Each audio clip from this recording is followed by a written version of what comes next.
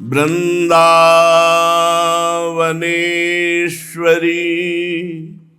तवैव पदारविंदम प्रेमामृतैकमकरंद रसौघपूर्णं हृद्यर्पितं मधुपते स्मरतापमुग्रं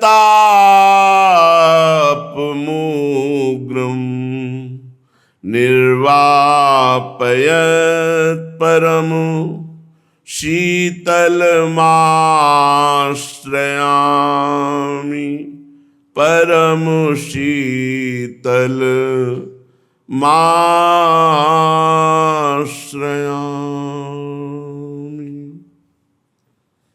परम सच्चिदानंद घन प्रेमानंद स्वरूप नवनिभृत निकुंज महामहिम परम पावन श्री वृंदावन धाम, श्री वृंदावन धाम के लाडिले युगल सरकार प्राणाराध्य प्राण प्रिय श्री श्यामा श्यामजू, समस्त सहचरी वृंद, खग मृग पशु पंछी तरुलता यमुना रसरानी रजरानी, समस्त ब्रजवासी परिकर अहेतु की कृपा हर क्षण अहेतु की कृपा। शरणागत भक्त केवल प्रभु की कृपा का स्वाद लेता रहता है। खट्टा है कि मीठा, कड़ुआ है कि तीखा, इससे मतलब नहीं होता। प्रसाद प्रसाद होता है। ऐसी अनुकूल परिस्थिति है या प्रतिकूल परिस्थिति है, अनुकूल स्थिति है हृदय की या प्रतिकूल स्थिति है, संतुष्टायन केनवा, बाहर की परिस्थिति अंदर की स्थिति में फर्क पड़ने पर भी अपने में कोई फर्क ना पड़े तो शरणागति पुष्ट, फर्क पड़ गया तो अभी शरण पर भरोसा नहीं, वो सब ठीक कर लेंगे। हमारी स्थिति को भी ठीक कर लेंगे, हमारी परिस्थिति को भी ठीक कर लेंगे। और ना ठीक करें तो ठीक है, ठीक करें तो ठीक है। अब जीवन की बागडोर प्रभु के चरणों में समर्पित कर दिया, अब ठीक बेठीक की क्या चिंता। अब ये तो उनका विषय है कि वो हमें ठीक करें, हमारे स्वभाव को, हमारे मन को, हमारी इंद्रियों को। इतने बड़े की शरण ले ली और ठीक करने का जुम्मा हम लें या किसी और के पास जाएं। कोई हो तो आप ही बतावें प्रभु, आपके समान कोई नहीं तो आपसे बढ़कर कौन है। जब आपके चरणों का आश्रय ले लिया तो अब ठीक बेठीक की कोई वार्ता ही नहीं है। मैं आपका हूं, आप मेरे हो। यदि आप अपने लायक बनाना चाहते हो तो बना लीजिए, और यदि कहीं कोई ऐसा है जो आपके लायक बना दे तो मिला दीजिए। आपसे ही अब होगा, मेरे से नहीं होगा। मैं आपका हूं, मेरा अंतःकरण, मेरा स्वभाव, ये सब आपको समर्पित है। कहां जाऊं, किसकी शरण में जाऊं? आप जैसा तो केवल आप ही है। अगर कोई आपसे हटकर होता तो हम जाते हैं।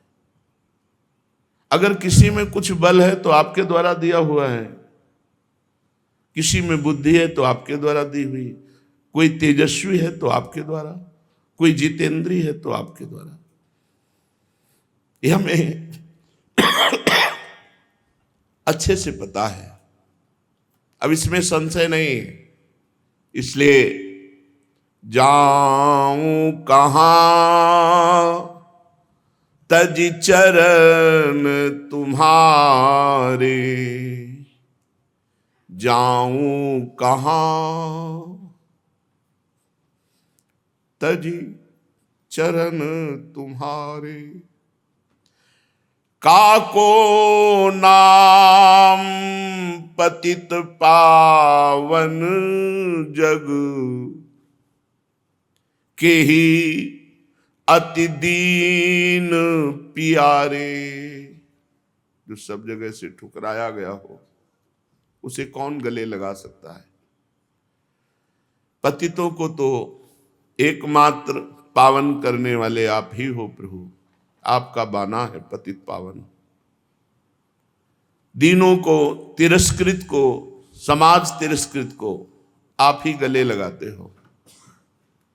ये स्वभाव और प्रभाव संतों से, शास्त्रों से पता चला। अब किसकी शरण में जाऊं? जाऊं कहां तजी चरण तुम्हारे। माना मैं आपके योग्य नहीं हूं, न कभी हो सकता हूं। कहां आप सच्चिदानंद महिमा से युक्त, और कहां पार्थिव शरीर के विलास में लगा हुआ मन इंद्री। पर जाऊं तो कहां जाऊं?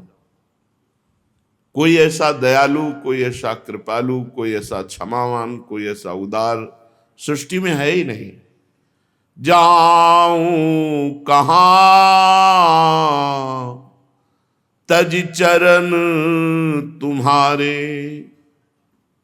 जैसे मां बच्चे को पीटे, छोटे बच्चे को, तो आप देखिएगा वो मां के ही गले लगेगा, क्योंकि उसका कोई आश्रय नहीं है। वो झिड़क करके गोद से उतार दे तो मां की तरफ ही भागेगा, क्योंकि उसका कोई आश्रय नहीं है। शरणागत का ऐसा ही स्वभाव होता है। यदि प्रभु झिड़क दें तो भी प्रभु की तरफ ही भागना है, यदि डांट दें तो प्रभु की तरफ ही भागना है, कोई और रास्ता नहीं है। काको नाम पतित पावन जग। सच्ची मानिए, जरा सी गलती में कोई बर्दाश्त नहीं करेगा, आपका त्याग कर देगा, घृणा करेगा, नीच दृष्टि से देगा। अरे असंख्यों अपराध, समुद्रवत अपराध, मानते ही नहीं। मेरा शरणागत है, बस इस भाव से मानते ही नहीं हमारे युगल सरकार। कहां जाऊं?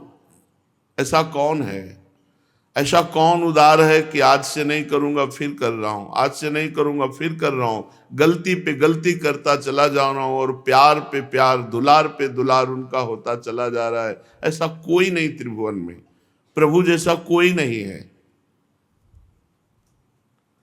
कौने देव बराई बिरद हित, हठी हठी अधम उधारे। खग मृग व्याध पशान बिटप, जड़ जवन कवन सुर तारे। अगर कहा जाए कि साधना से ही तारते हैं, तो गोस्वामी जी कह रहे खग पक्षी, मृग पशु, व्याध हिंसक हत्यारे, बड़े बड़े नाग, मनुष्य, वृक्ष, कौन कौन, जिनको कोई नहीं पूछता, कोई साथ नहीं देता, उनको प्रभु गले लगाते हैं। क्योंकि उनके हृदय में बात आ जाती है ना कि अब हमारा कोई नहीं। ये बहुत बड़ी भगवत प्राप्ति के लिए सिद्धि है। जिसके हृदय में बात आ जाए कि हमारा तो कोई नहीं है। जिसका कोई होता है तो संकट पड़ने पर उसी के पास जाता है, और जिसका कोई नहीं होता है तो हर परिस्थिति में वृत्ति भगवान के पास। प्रभु आपके सिवा कोई नहीं, श्री जी आपके सिवा कोई नहीं। खग मृग व्याध पशान, पत्थर अहिल्या, बिटप यमलार्जुन, कौन कौन ऐसा नहीं जिसको आपने तार न दिया हो। केवल साधना की बात की जाए तो क्या साधना, खग मृग पशु पंछी जड़ में पाषाण में, क्या साधना। अहिल्या जी शापवश पाषाण बन गई, अब कोई साधना हो रही क्या। पर कृपालु भगवान ने अपने चरण स्पर्श से दिव्य पावन बना दिया, पावन करने वाला बना दिया।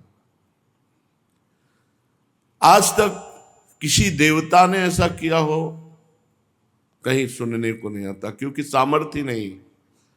जगत से उद्धार करने की सामर्थ्य त्रिदेव में है। भगवान श्री हरि, भगवान महादेव और भगवान ब्रह्मा में भी। संपूर्ण ज्ञान और मोक्षाधिपति भगवान श्री हरि जब कभी इन दोनों महापुरुषों में संकल्प बनता है तो तत्काल हरि उसे पास कर देते हैं। प्रधान मोक्षाधिपति श्री हरि है। आज तक किसी भी देवता का ऐसा बाना नहीं पाया गया कि हठ पूर्वक चुन चुन कर नीचों को परम पद दिया हो।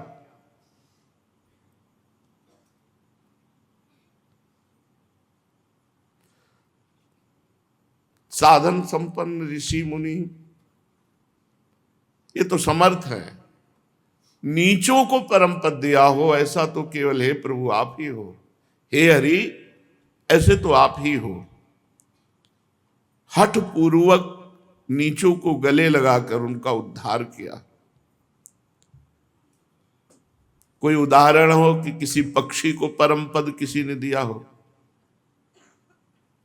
देखो, प्रभु तर उतर कपि डार पर ते किए आप समान, कैसा स्वभाव है। ऋक्ष, बानर, व्याध, हिंसक, पाषाण, अहिल्यादि, जड़, वृक्ष और न जाने कितनों का उद्धार भगवान ने किया। क्यों? स्वभाव ऐसा है। उमा राम स्वभाव जेहि जाना, ताई भजन तज भाव नाना। जो भगवान श्री हरि का स्वभाव जान जाता है उसे भजन छोड़कर और कुछ अच्छा नहीं लगता। इतना प्यार करने वाले, इतने कृपालु, इतने अहेतुकी कृपालु हमारे मित्र भी यही है, हमारे पिता भी यही है, हमारी माता भी यही है, हमारे गुरु भी यही है, हमारे सखा, सब कुछ यही है। तुमेव माता च पिता तुमेव, तुमेव बंधुश्च सखा तुमेव, तुमेव विद्या द्रविणं तुमेव, तुमेव सर्वम मम देव देव। मेरे सब कुछ आप ही हो। ये बात आ जाए बहुत बड़ी बात है। इस बात के बीच में कोई बात ना आने पावे, अर्थात इस जगत में कोई अपना कहलाने वाला ना हो, केवल प्रभु हो तो जीत गए जगत को। प्रभु देव दनुज मुनि नाग मनुज सब, माया विवश बिचारे, तिनके हाथ दास तुलसी।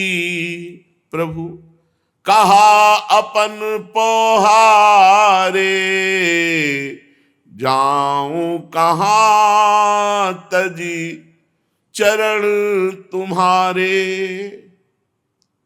प्रभु कोई ऐसा देवता नहीं है जो स्वार्थ से युक्त न हो, अहेतुकी कृपा करे, ऐसा कोई देवता नहीं। आप जितना पुण्य कीजिए उतना वो आपको फल दे सकते, इसके आगे नहीं। वो अपने अधिकारानुसार ही कार्य कर सकते हैं। लेकिन भगवान तो सर्वलोक महेश्वर है। देव, कोई देवता ऐसा, कोई धनुष, कोई दैत्य ऐसा कि अपनी तरफ से कृपा कर दे, कोई नाग, कोई मनुष्य, इनमें सामर्थ्य ही नहीं है तो क्या कृपा करेंगे? इनकी कृपा से होगा ही क्या? कोई मनुष्य कह दे हम तुम्हारे ऊपर कृपा करते तो क्या? तुम कालातीत हो, तुम काल विजयी हो, तुम हमें काल विजयी बना दोगे, तुम हमें मृत्यु जन्म के चक्र से मुक्त कर दोगे, तो फिर किस बात के? क्या? ना कोई देवता, ना कोई नाग, ना कोई मनुष्य, ना कोई मुनि। भगवान के प्रेमी भक्त और मुनि में बड़ा अंतर है। गोस्वामी जी कहे, स्वार्थ लाग करे सब प्रीति, सुर नर मुनि सबकी हारीति। और स्वार्थ रहित जग जग उपकारी, तुम तुम्हार सेवक असुरारी।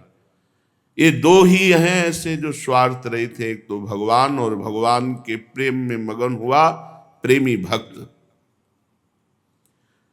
गोस्वामी जी कह रहे हैं प्रभु ये सब माया के आपके अधीन है, ये बेचारे क्या कृपा करेंगे। देवता, मनुष्य, नाग, पशु, पक्षी, मुनि, ये सब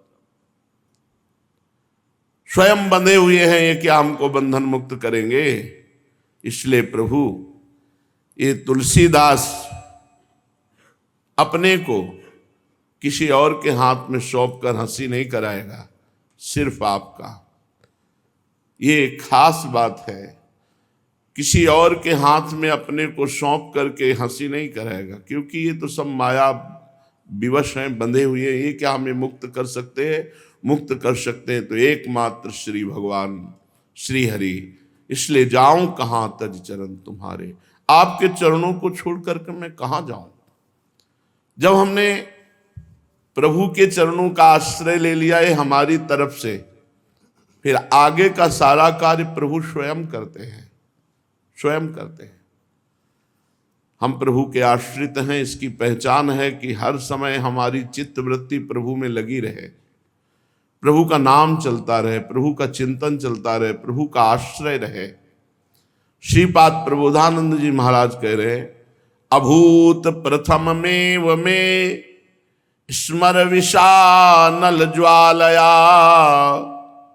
मुधाकृत सुधाधरे किमपि दग्ध दग्धम मनः, समस्त मति मोहनो क्वणित किंकिणी नूपुरे, त्वमक्षि पक्ष मागता तदनु धन्य वृंदावने। पहले तो हृदय काम भाव से जलता था, जब भजन शुरू किया तो जैसे दिन के ताप से तपे हुए पुरुष को रात्रि के चंद्रमा से शीतलता मिलती है, ऐसी हुई।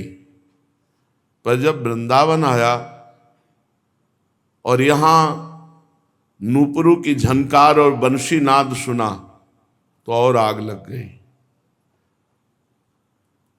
संसार में था तो काम आदि वेदना कामाग्नि से झुलसा हुआ, जब भजन में लगा तो ऐसा लगा जैसे दिन के ताप से कोई चंद्रमा की शीतलता में आ जाए।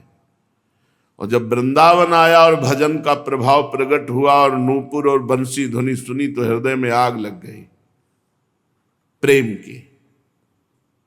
ये असहनीय आनंद है, असहनीय आनंद। जैसे प्यासा आदमी है, बर्फ डाल के बढ़िया ठंडा पानी पिलाओ, अच्छा लगेगा, लेकिन बर्फ में लिटा दो,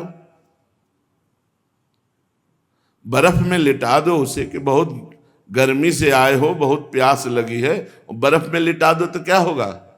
वो दुख का अनुभव करेगा, दुख का अनुभव। ऐसे ही इतना आनंद कि जो मैं ऐसा जानती प्रीति किए दुख होए, नगर ढिंडोरा पीटती अजी प्रीति न करियो कोय। आनंद की पीड़ा, आनंद की पीड़ा। श्री ध्रुवदास जी महाराज इसी अनुभव को कह रहे हैं कि प्रीति समान न और सुख, दुख हो अपार, मिलिबो सुख दुख बिछरिबो, यह कीनो निर्धार। प्रेम के समान कोई सुख नहीं है, अपार सुख। लेकिन दुख हो तो अपार। ये दुख जो है इसे कोई माया जनित दुख न समझे। शरीर में पीड़ा है, परिस्थिति बहुत ऐसी है, स्थिति बहुत, ये दुख नहीं है, ये आनंद की पीड़ा है। ऐसी आनंद की उमगन असहनीय हो रही तो चिल्ला चिल्ला के रो रहा है। आनंद की अपार सुख असहनीय हो रहा है। क्या विरही को प्रभु का सानिध्य अनुभव नहीं होता? जिनको विरह कभी सेकंड 2 सेकंड का भी हुआ होगा वो समझ रहे होंगे। सामने प्रभु होते हैं विरही के, कब मिलोगे? और सामने वो छाए हुए हैं, नेत्रों में उनकी झांकी छाई हुई है और उन्हीं से बात कर रहे, कब मिलोगे? जीवन की शाम होने जा रही। नाथ आप बड़े कृपाल हो, अब किसकी बाट जो रहे हो, कौन सी साधना की पूर्णता चाहते हो, वो प्रभु से बात करके रो रहा है, विकल हो रहा है। प्रीति समान न और सुख, दुखहु होता पार। मिलिबो सुख, दुख बिछरिबो, यह कीनो निर्धार। ये सुख दुख प्राकृतिक नहीं है। मिलन में जो सुख का अनुभव होता है, तो विरह में उससे बढ़कर सुख का अनुभव होता है। ये विरही समझ पाता है। मिलन की आकांक्षा में जो सुख होता है, वो मिलन से भी बढ़कर होता है। मिलने की तड़पन में जो सुख होता है, वो मिलन से भी बढ़कर होता है। विरही कांक्षा आपके लिए याद करके तड़प तड़प के रोने में जो सुख है, फिर जब उनके गले लग करके उस आनंद, उसका कैसे वर्णन हो सकता है। प्रीति के समान सुख नहीं। ये प्रीति के दो भाग हैं, एक है संयोग, एक है वियोग। संयोग सुख, जितना वियोग सुख बढ़ा है उतना ही जोर का अनुभव होगा। जैसे द्वारिकाधीश महाराज के दर्शन दुर्योधन भी कर रहा है, लेकिन उसके हृदय में कभी 1 मिनट विरह नहीं जागृत हुआ प्रभु का, तो कोई सुख नहीं मिल रहा, कोई सुख नहीं मिल रहा। और तड़प रही हैं विदुरानी जी उनके विरह में, तो केवल सुना कि श्री कृष्ण आए हैं, तो शरीर शुद्ध नहीं है। जैसी स्थिति थी वैसी स्थिति में दरवाजा खोल दिया, होश ही नहीं। ऐसे प्रेम में डूबी हुई हैं, छिलके पवा रही, गुदा फेंक रही। क्यों? हर समय भगवान के चिंतन में कब मिलेंगे, कब मिलेंगे, कब मिलेंगे। मथुरा के ब्राह्मण वेदज्ञ हैं, याज्ञिक हैं, बड़े धर्मात्मा हैं, लेकिन विरही नहीं हुए कभी 1 मिनट के लिए। लेकिन उनकी पत्नियां भगवान की चर्चा सुन सुनकर लालसा युक्त हो गई कि हाय, हमारे समीप श्री कृष्ण हैं ब्रज में, कब हम भर नेत्र श्री कृष्ण को देखेंगी। तो जे ही सूचना मिली, कोई रोके नहीं रुकी, और सुंदर सुंदर भोग लेकर प्रभु श्री कृष्ण के सानिध्य का परम लाभ प्राप्त किया। ये जो प्रेम का सुख दुख है, सच्चिदानंदमय है, ये प्राकृतिक सुख दुख नहीं है। ध्रुवदास जी कह रहे, बिनु देखे तलफत रहे, क्यों पावे चित चैन। बदन रूप जलपान को प्यासे हैं दो नैन। जिनके लिए हमने जीवन अर्पित किया, जिनको हमने अपना आराध्य देव प्राण प्रिय प्रीतम माना, सबसे प्यारा माना, उसके बिना हम चैन से जी रहे। इसका मतलब अभी रंग नहीं आया। अभी खान पान, विश्राम, हंसी मजाक, इससे हमारा दिन कट रहा है, अभी रंग नहीं आया। रंग तो बिनु देखे तलफत रहे, क्यों पावे चित चैन। बदन रूप जलपान को प्यासे हैं दो नैन। दोनों नेत्र प्यासे हैं प्रियालाल के रूप रस का पान करने के लिए, तड़पते रहते हैं रात दिन। उनका हृदय विकल रहता है, कब मिलोगे, कैसे मिलोगे, कोई उपाय नहीं, रोना आता है। निर्बल का बल रोना ही होता है। जब गोपीजन हर उपाय करके थक गई और प्रभु नहीं मिले, तब एक स्वर में रुदुस्वरम राजन कृष्ण दर्शन लालसा, सब एक स्वर में रो पड़ी। हारा हुआ प्रभु के मिलन की प्रबल लालसा वाला एक ही बल रह जाता है, रुदन, और उसी रुदन में भगवत साक्षात्कार होता है। बिन रोए किन पाइया प्रेम प्यारा मीत। कबीरा हंसना छोड़ दे, रोने से कर प्रीति, बिन रोए किन पाइया, प्रेम प्यारा मीत। बैरागी है नयन, कुछ अच्छा नहीं लगता। विरह कमंडल कर लिए, बैरागी दो नैन। कहीं कुछ त्रिभुवन में कुछ देखने की इच्छा नहीं, हृदय में विराग्नि है, नेत्र में रूप दर्शन की प्यास है। मांगत दरस मधु करी, यह है बैराग्य, दर्शन रूपी माधुकरी मांग रहे हैं। श्री ध्रुवदास जी महाराज के बदन रूप जलपान को प्यासे हैं दो नयन। दोनों नेत्र इतने प्यासे हैं कि कब प्रियालाल के रूप को देखूं। अब धीरे धीरे उसकी ऐसी स्थिति आ गई कि एक घड़ी भी कल्प के समान लग रही है। एक घड़ी समय व्यतीत करना, कोई तुम्हारा प्राण प्रिय आने वाला हो और तुम इंतजार कर रहे हो, फिर उस समय देखो, बार बार दरवाजे के पास जाना और घड़ी देखना। कोई मिला, पूछो कोई आ रहा है, आपने देखा, ओ वो व्याकुलता, बस प्राण प्रिय होना चाहिए।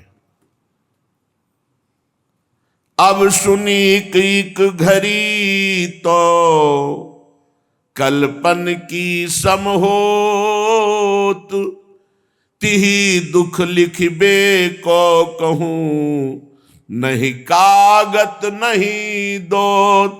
कोई स्याही, कोई कलम, कोई कागज ऐसा नहीं है कुछ विरही के हृदय की पीड़ा को लिख सके, जिसका एक एक क्षण प्रभु के मिलन के लिए तड़प रहा है, हाहाकार कर रहा है हृदय।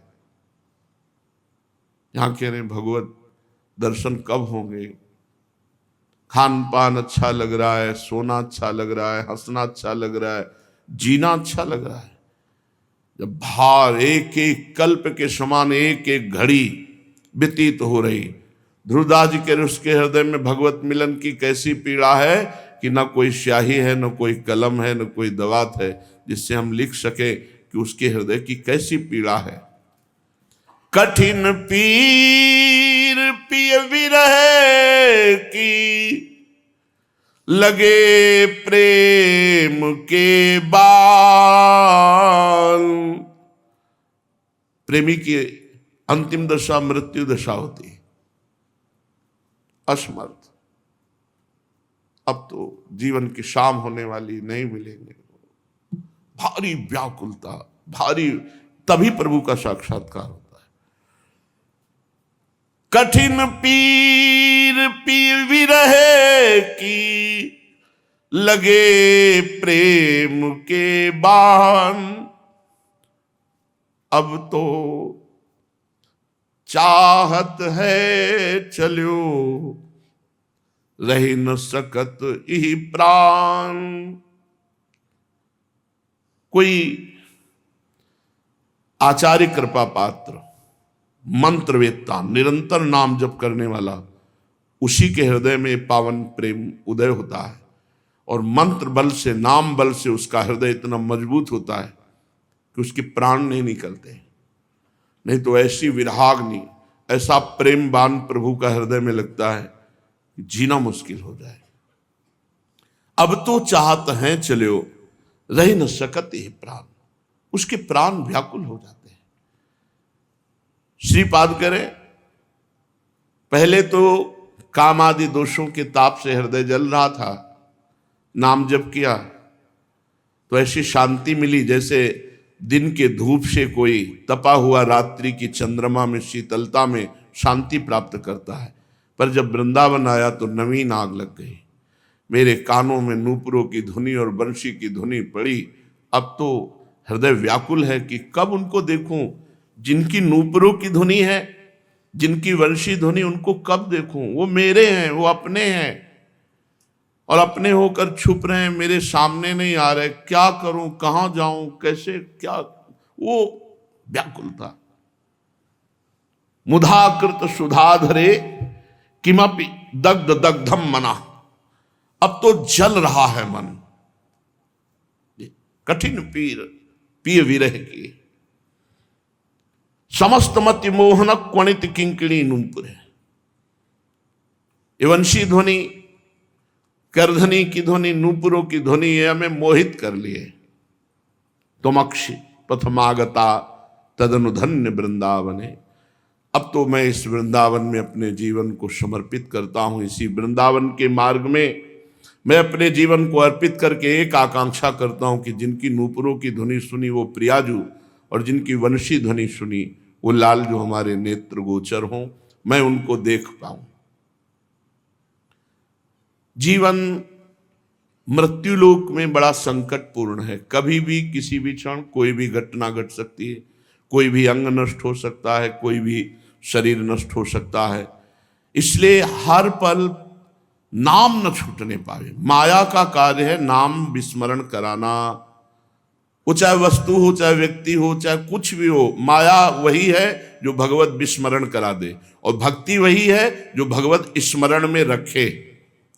भगवत स्मरण में रखे उसी का नाम भक्ति, जो भगवत विस्मरण करा दे उसी का नाम माया। चाहे वो कोई भी हो, जिसके संग से भजन छूटे वो माया, जिसके संग से भजन बने वो भक्ति। वो कोई भी हो, कोई वस्तु व्यक्ति स्थान कोई भी हो, जिस वस्तु व्यक्ति स्थान के संग से भजन छूटे वो माया, वो त्याज्य है। और जिसके संग से भजन बने वो भक्ति, वो ग्राह्य है, वो स्वीकार करना चाहिए।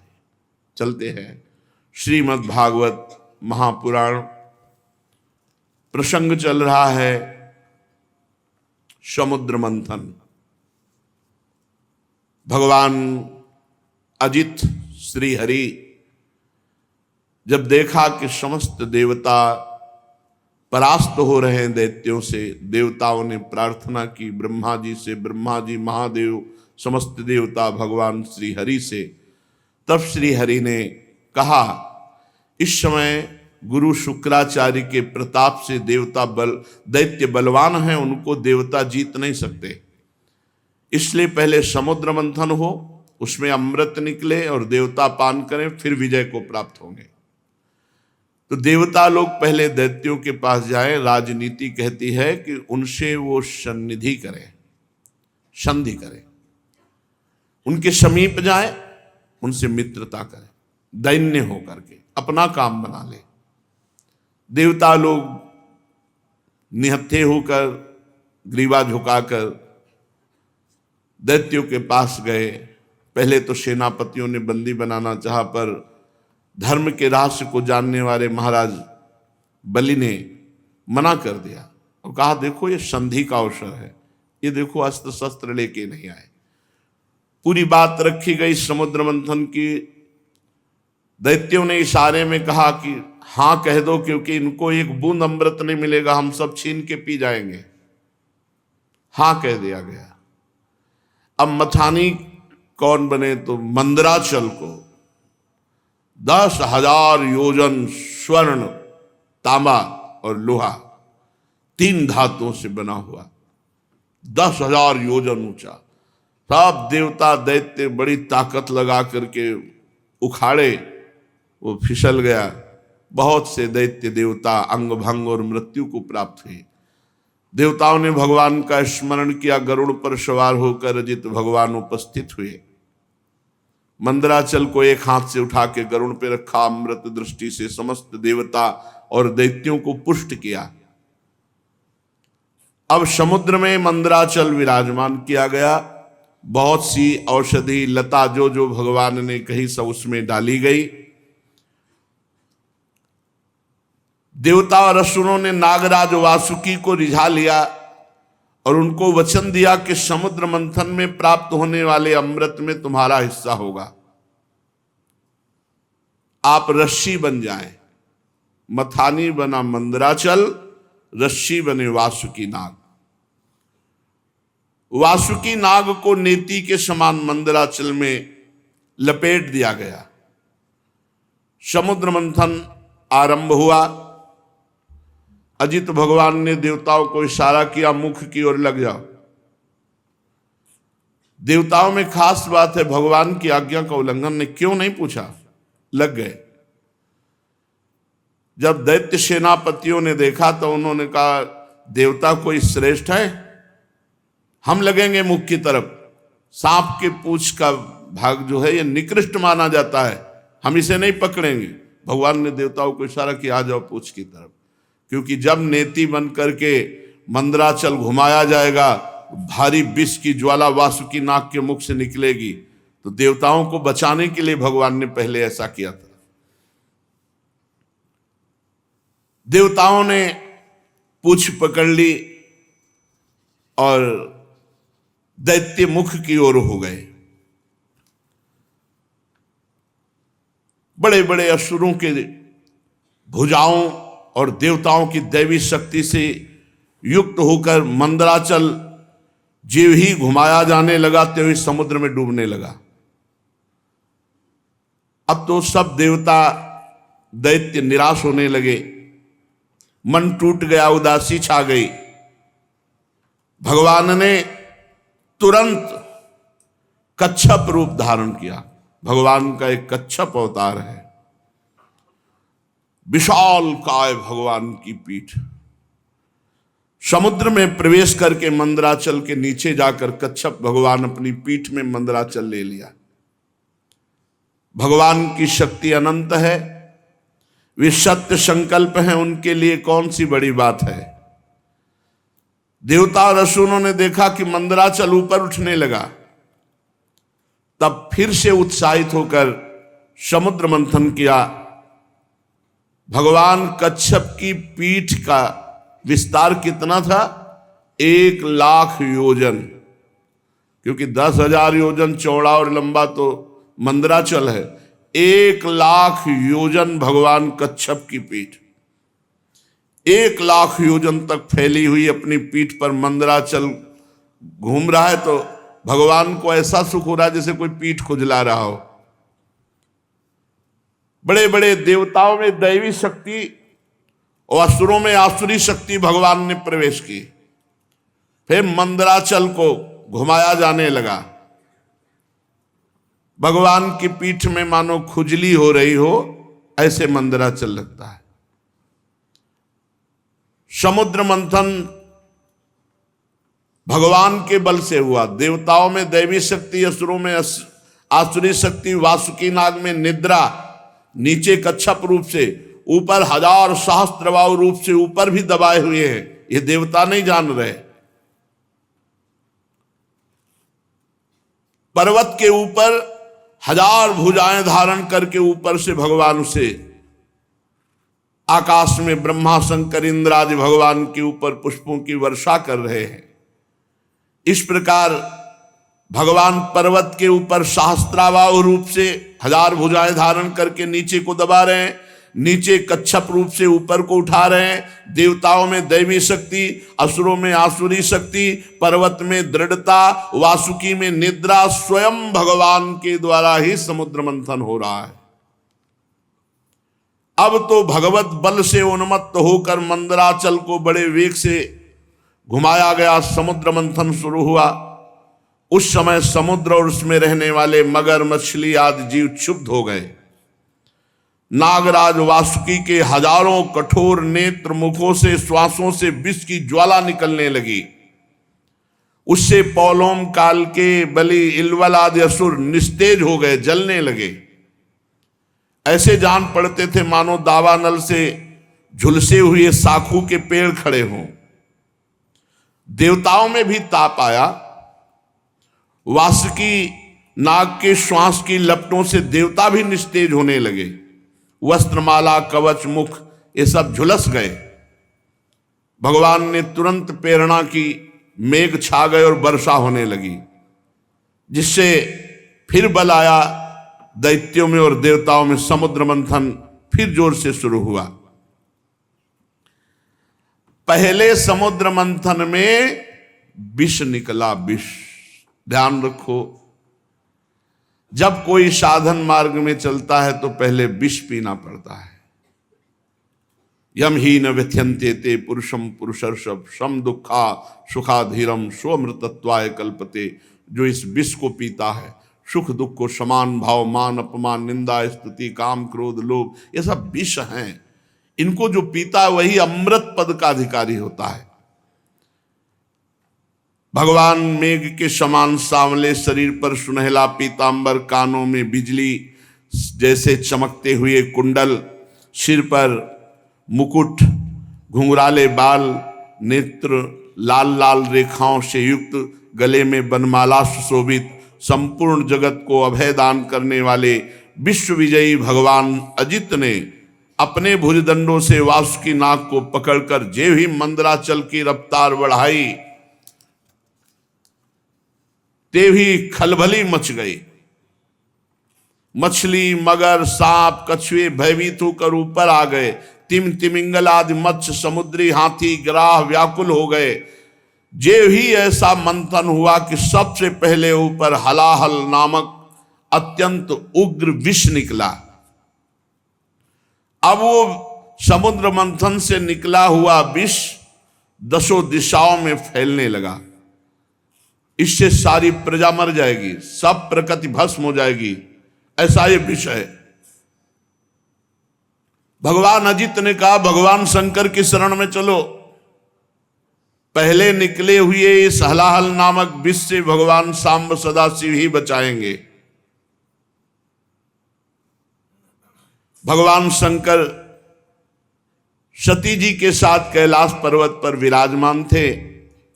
बड़े बड़े ऋषि मुनि उनके वचन सुन रहे थे, भगवान शिव उपदेश कर रहे थे।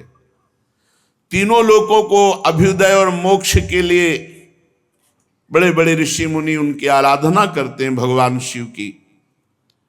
प्रजापतियों ने दर्शन किया और भगवान महादेव जी की स्तुति की। देव देव महादेव भूतात्मन भूत भावनो त्राहिना शरणापन्नास त्रैलोक्ये दहनाद विषाद तुम्हें कहा सर्व जगत ईश्वरो बंध मोक्षयो तम त्वामर्चन्ति कुशलाः प्रपन्नार्ति हरम गुरु। हे जगत गुरु, हे देवाधिदेव, हे समस्त प्राणियों की आत्मा और जीवन दाता, हम सब लोकपाल आपकी शरण में आए हैं। समुद्र मंथन में त्रिलोकी को भस्म करने वाला हलाहल उग्र विष प्रकट हुआ है, उससे आप हमारी रक्षा कीजिए। सारे जगत को बांधने और मोक्ष मुक्त करने में एकमात्र आप समर्थ ईश्वर हैं। इसलिए हे भगवान शिव, विवेकी पुरुष आपकी आराधना करते हैं, क्योंकि आप शरणागत की पीड़ा नष्ट करने वाले एवं जगत गुरु हैं।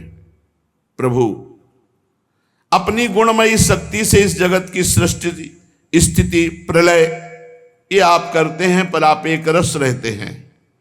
जितने भी देवता, मनुष्य, पशु, पक्षी, सत असत चराचर प्राणी हैं, सबके जीवन दाता देवाधिदेव आप ही हैं। आपके अतिरिक्त सृष्टि भी और कुछ नहीं, क्योंकि आप सबकी आत्मा हैं। हे सर्वदेव स्वरूप, आपका मुख अग्नि है। तीनों लोकों के अभ्युदय करने के लिए हे शंकर, ये पृथ्वी आपका चरण कमल है।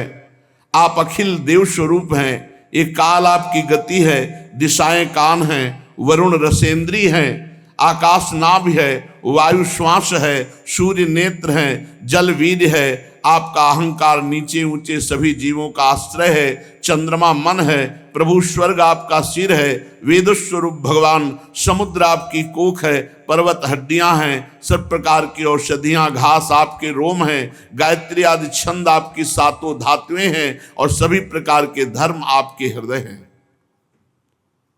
हे स्वामिन, सद्योजात आदि 5 उपनिषद ही आपके तत्पुरुष अघोर, सद्योजात, वामदेव, ईशान नामक 5 मुख हैं। प्रभु, इस कार्य कारण जगत से परे, माया से परे आप हैं। आपकी महिमा को ब्रह्मादि भी जानने में समर्थ नहीं। हम लोग तो केवल आपके इस लीला बिहारी शिव रूप को देख रहे हैं, आपके परम स्वरूप को हम नहीं जानते। हे महेश्वर, यदि आपकी लीलाएं अव्यक्त हैं, फिर भी संसार कल्याण करने के लिए परम कारण स्वरूप आप लीला करते हैं। प्रभु, आप प्रजा बड़े संकट में है, इस हलाल विष का कुछ इंतजाम कीजिए। भगवान शिव ने कहा सती जी से, देवी, ये बड़े खेद की बात है कि समुद्र मंथन से कालकूट विष निकला और प्रजा बड़ी दुखी है, इसलिए हमें समस्त प्रजा की रक्षा करनी चाहिए। मेरा कर्तव्य है, ये मेरी शरण में आए हैं, मैं इन्हें निर्भय कर दूं, क्योंकि जिसके पास शक्ति है, सामर्थ्य है, तो आए हुए शरणागत के दुख को मिटाना उसका धर्म बनता है। अगर अपने प्राणों की भी बलि देनी पड़े तो दे देना चाहिए, पर शरणागत को विमुख नहीं जाने देना चाहिए, उसकी रक्षा करनी चाहिए। कल्याणी,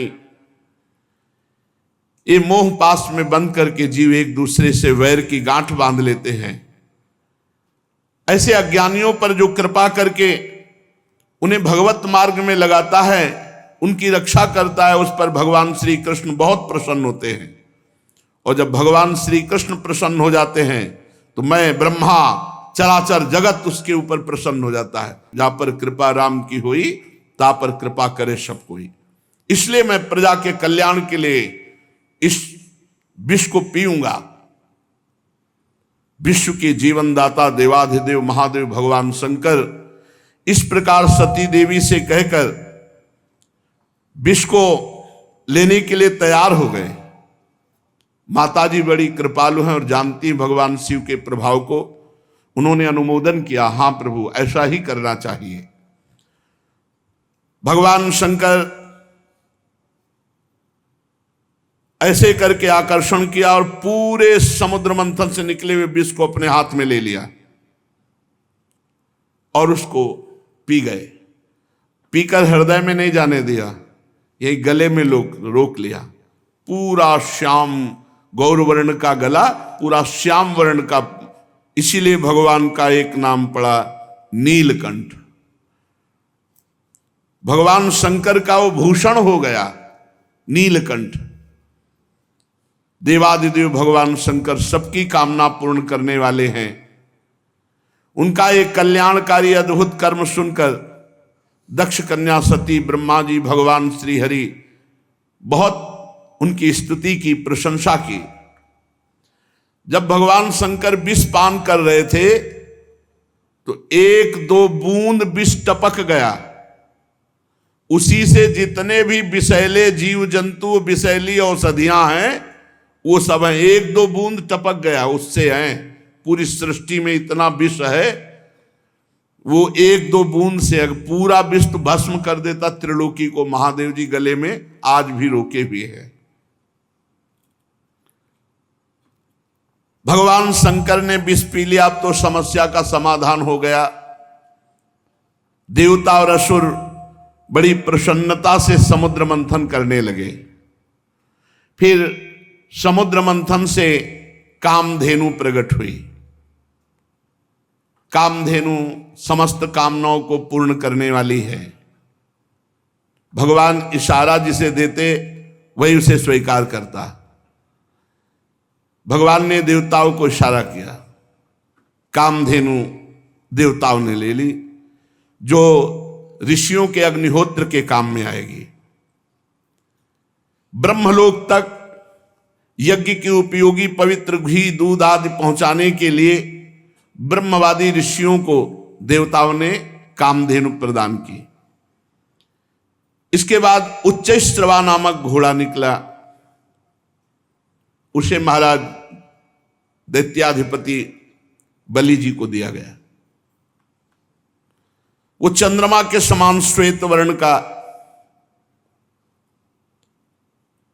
इंद्र ललचात हो गए, पर भगवान ने रोक दिया।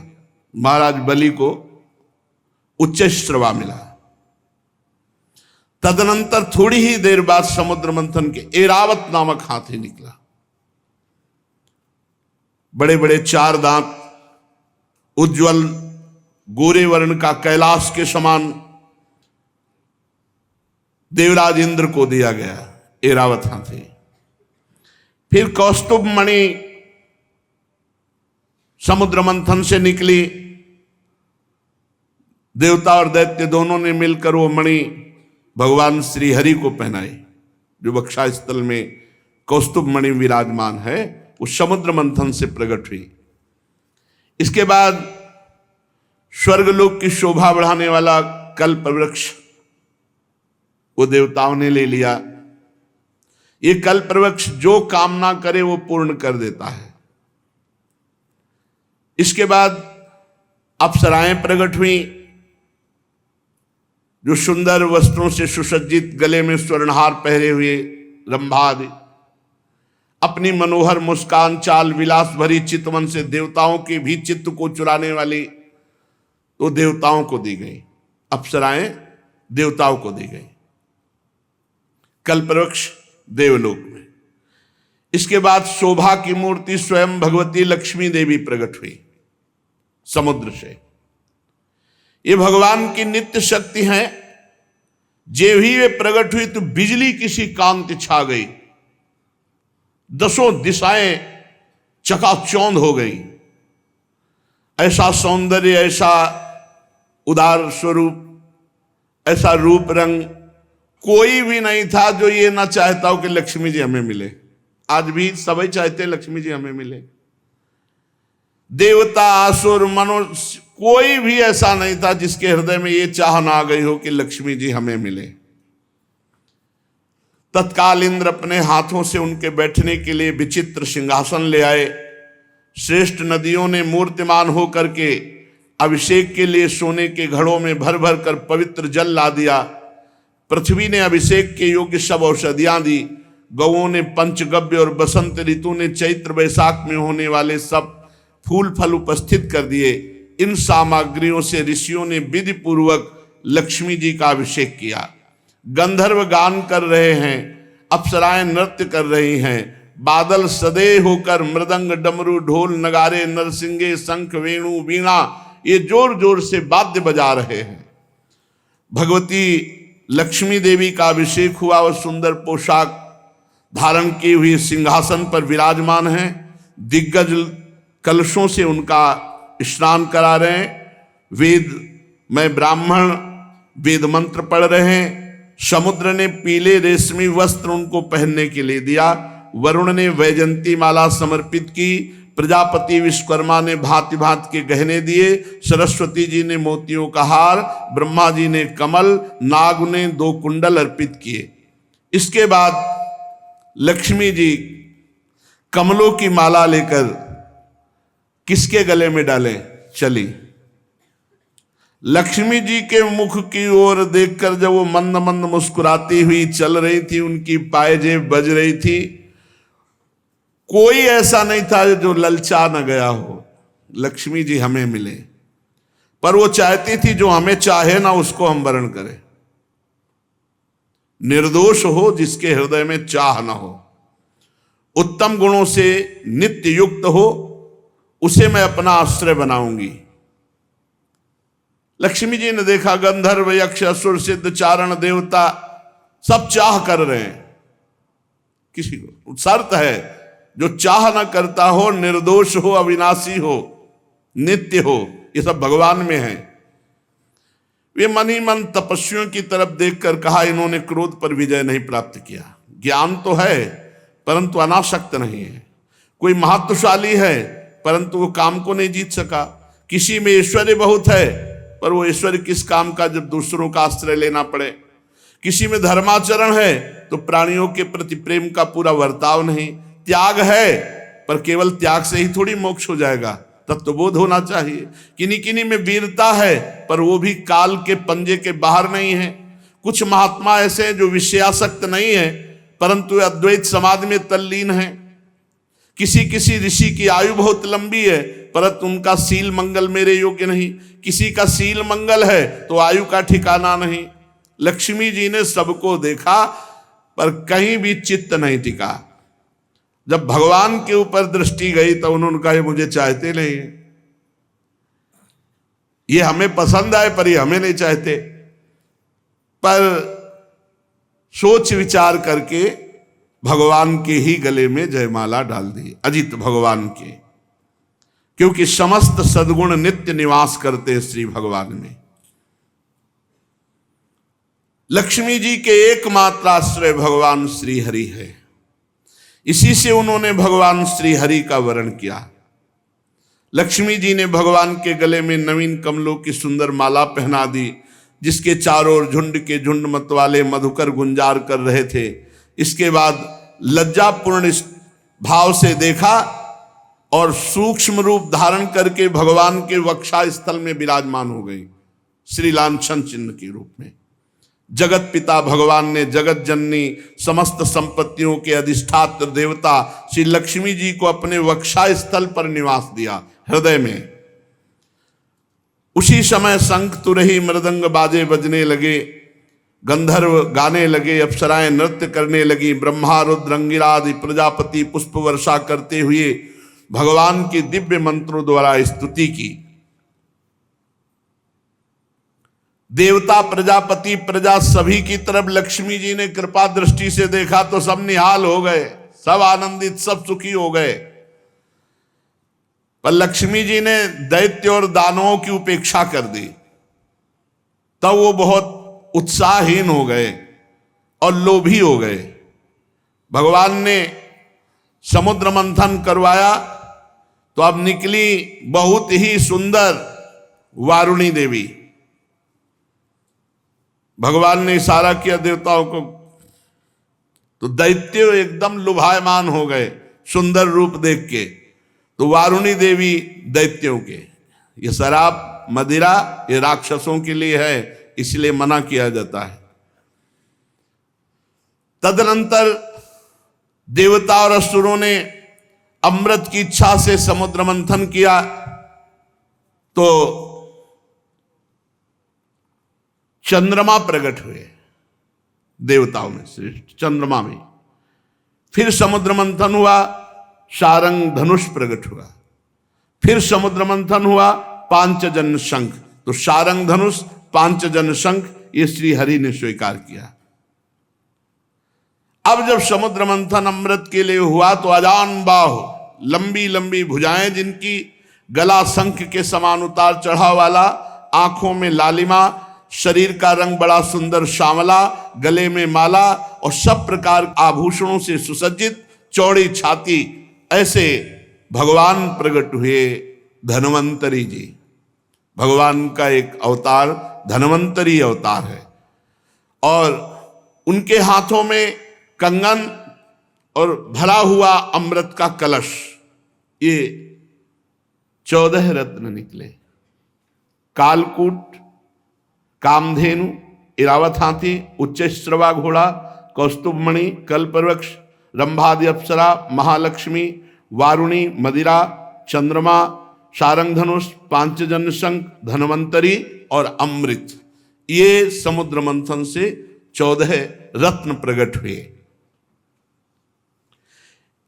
आयुर्वेद के प्रवर्तक यज्ञ भोक्ता भगवान धन्वंतरी, दैत्यों ने देखा कि उनके हाथ में अमृत कलश, आप तो किसी के आदेश की कोई परवाह नहीं, कूद पड़े और जबरदस्ती धन्वंतरी जी के हाथ से अमृत का कलश छीन लिया और भाग पड़े।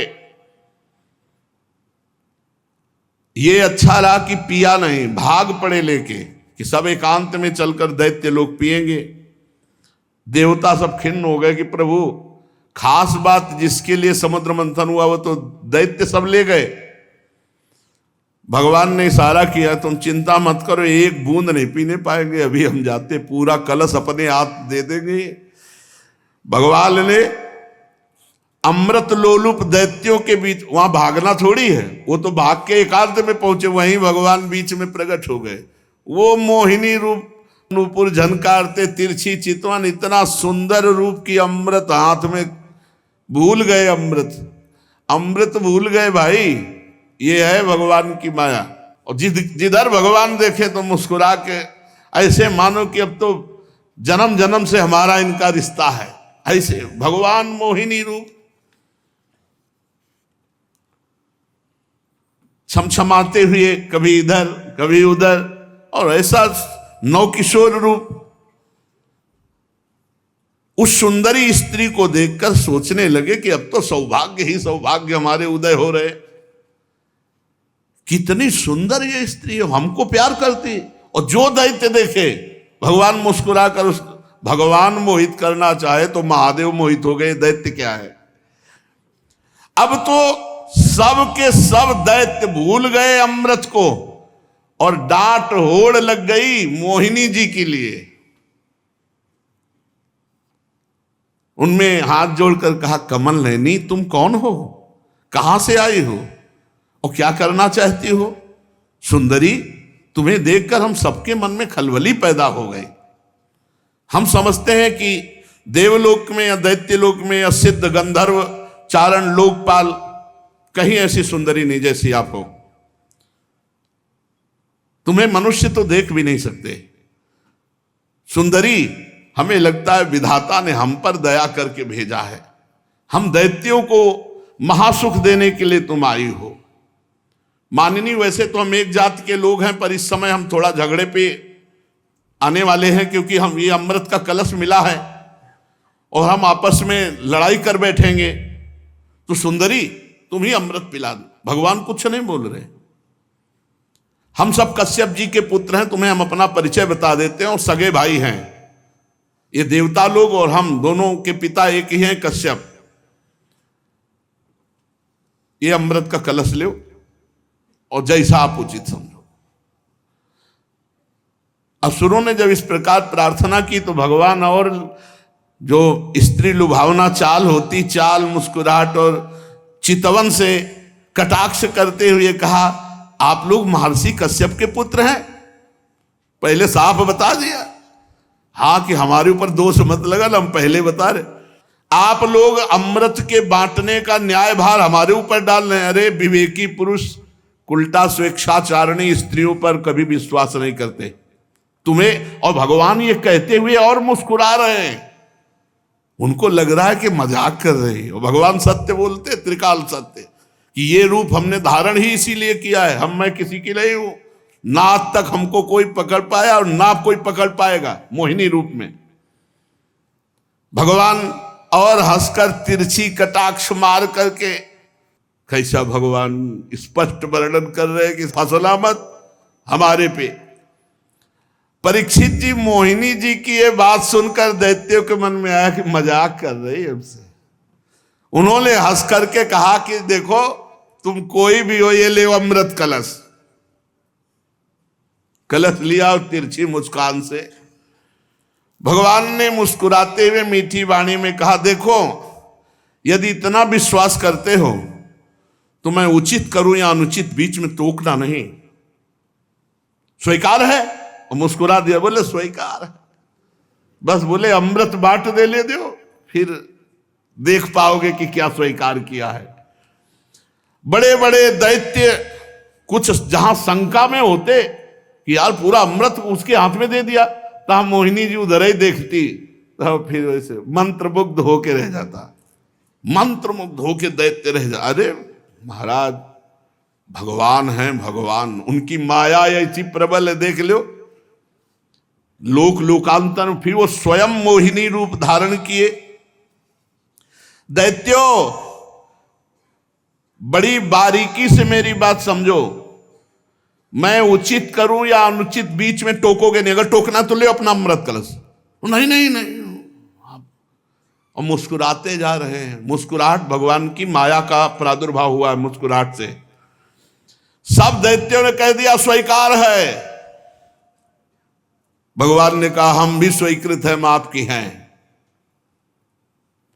इसका कारण दैत्य मोहिनी स्वरूप के मूल को नहीं समझ पा रहे और देवता जान रहे, इसलिए मोहित नहीं हो रहे। एक भी देवता मोहित नहीं हुआ मोहिनी रूप में, क्योंकि जान रहे हमारे भगवान है। तो देखो अमृत ऐसे नहीं मिलता।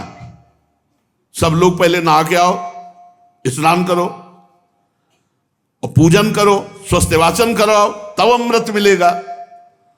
सब नए नए कपड़ा पहन करके और कुशासन पर बैठो और सबका हिस्सा पूर्व की तरफ कुश का हो। अब देवता दैत्य फटाफट स्नान करके, भगवान ने इशारा किया देवताओं को कि नहाओ कम, जल्दी नए कपड़ा पहन के बैठ जाओ आके।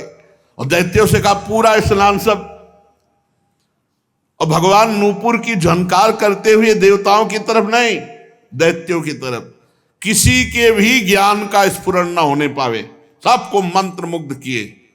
मोहिनी जी ने मुस्कान भरी चितवन से सब दैत्यों की तरफ कलश लेके निकली, बूंद नहीं पिलाया। आ रही हैं अभी। अब दैत्य तो इतना खुश हैं कि मोहिनी जी मिल गई। ये सुधरते हैं तो प्रियाजू के सामने ही सुधरते हैं। कर जो पीक दाली लिए खड़े याद, जो निकुंज बड़े सीधे नहीं तो बड़े टेढ़े महाराज, ये बहुत टेढ़े हैं इनको। अब ये अगर सीधे कहीं मिलते हैं ना तो प्रियाजू के सामने यहाँ वृंदावन में भोले भाले एकदम सीधे एकदम। महाराज जगत पिता भगवान हैं और वो मोहित कर रहे हैं। अब असुरों ने दृढ़ विश्वास करके भगवान के हाथ में अमृत कलश है और भगवान बांटने के लिए पहले दैत्यों के सामने से निकले, पर वहां कुछ और बांट रहे हैं। मुस्कान चितवन देवता पूर्ण विश्वास किए हुए कि मैं भगवान की शरण में हूं, भगवान परम मंगल करेंगे। दैत्यों की तरफ से आ रहे भगवान और उल्टा बैठाला, तुम इधर हूं। एक दूसरे की तरफ पीछे मुड़कर नहीं देखेगा, अलग अलग पंक्ति कतार बांधकर दल में बैठाल दिया एक दूसरे की पीठ की तरफ। दैत्यों के पास से ऐसे गए मुस्कुराते हुए, और ये अमृत वो है जिसमें बुढ़ापा नहीं आता, कोई रोग नहीं होता, कोई शोक नहीं होता। अरे देवताओं को, पर वो भी भयभीत रहते हैं। और भगवान नाम रूपी जो अमृत पी ले तो भवरोग से मुक्त होकर देवलोक भी जो जहां छोटा पड़ जाए, ऐसा आनंद देवलोक में क्या आनंद है। वहां तो पुण्य क्षीणे मृत्यु लोके विसंति भगवत धाम नामामृत राधा नाम सुधारसम। इसलिए लुभायमान मत होना इस अमृत से कि बुढ़ापा ना आएगा। ये नहीं, मरने के लिए देवता भी तैयार हैं, मरना पड़ेगा उनको भी, क्योंकि जब प्रलय होती तो ब्रह्मलोक तक समिट जाता है। परीक्षित असुर उमंग तो रहे थे, तो समझा कि जैसे हमारे आगे से कलश लेके निकल गई, ऐसे देवताओं के आगे से निकल के भी शुरू हमारी तरफ से करेंगे। और पीठ की तरफ थे देवता, और वो इस पर विश्वास कर रहे थे कि मोहिनी तो हमसे सबसे ज्यादा प्यार करती है, भगवान ऐसा दर्शन कराए। और विश्वास करके चुपचाप बैठे रहे। मोहिनी जी में इतना प्रेम था दैत्यों का कि किसी की हिम्मत नहीं हुई कि टोक दे। भगवान ने देवताओं को इशारा किया, बिल्कुल लाइनबद्ध सब। एक दो तो हल्के से देखने की कोशिश पर भगवान मुस्कुरा के तिरछी दृष्टि भगवान की दैत्यों की तरफ, फिर वो शांत हो गए कि यार नाराज ना हो जाए मोहिनी जी। अब मोहिनी जी सबको अपने नेत्रों की दृष्टि में बांधे हुए और देवताओं को अमृत पिलाते चले जा रहे हैं। राहु ने देखा कि कुछ गड़बड़ है, कलश तो आधा से ज्यादा खाली हो गया और अभी पंक्ति देवताओं की चले, हमें लगता है दैत्यों को बूंद नहीं मिलेगा। तत्काल चंद्रमा और सूर्य के बीच में, वो तो पीठा ही घुमानी थी, तत्काल घुमाया और अमृत बटी रात। और भगवान बांटने की तरफ नहीं देख रहे थे, दैत्यों की तरफ देख रहे थे। चंद्रमा और सूर्य ने कहा प्रभु राक्षस है, दैत्य है। भगवान ने तुरंत सुदर्शन चक्र के द्वारा, तो केवल ऊपर का अमृत केवल गले तक पहुंच पाया था। आज भी चंद्र ग्रहण और सूर्य ग्रहण उसी से पड़ता है। भगवान ने सुदर्शन चक्र से उसका सिर काट दिया। अमृत का संसर्ग गले से होने से आज भी वो अमर है राहु, परंतु उसका जो धड़ है वो नीचे गिर गया। राहु पर्व के दिन पूर्णिमा और अमावस्या को बैर भाव से बदला लेने के लिए चंद्रमा और सूर्य पर आक्रमण किया करता है। भगवान ने लंबी चाल बढ़ाई, पूरे देवताओं को अमृत पिला दिया और फेंका कलश, जहां एक बूंद भी नहीं। अब समस्त दैत्यों के सामने मोहिनी रूप, अरे खत्म मोहिनी रूप देखा।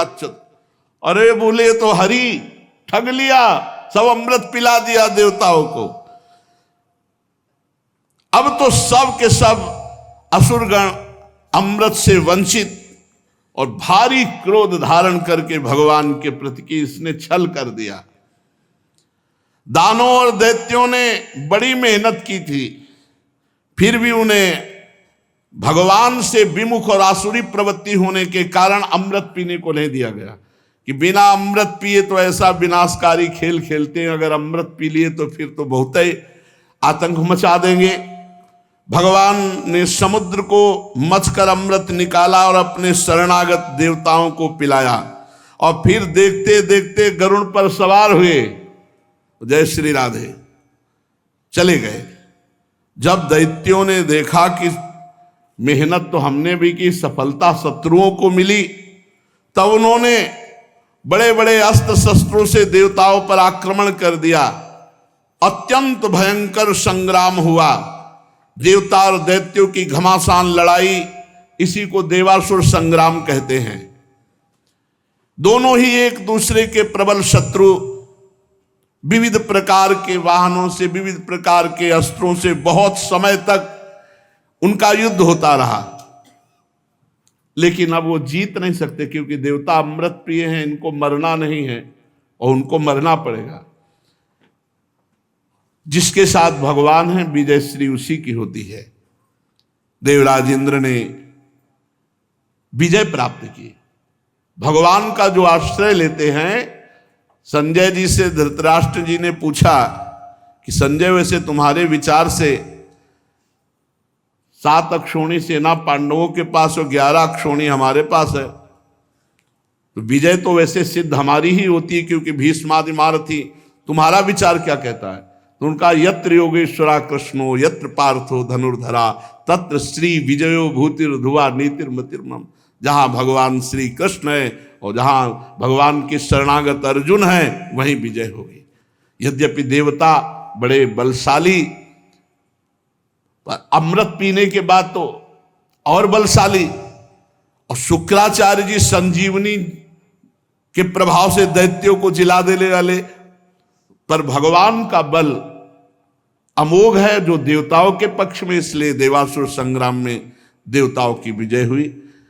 जो ये समुद्र मंथन लीला, भगवान की कृपा से देवताओं की विजय लीला सुनता है, उसके पाप नष्ट हो जाते हैं, भगवान के चरणों में भक्ति होती है और भगवान का कृपा बल उसको प्राप्त होता है। शेष चर्चा आगे। श्री राधा वल्लभ लाल की जय।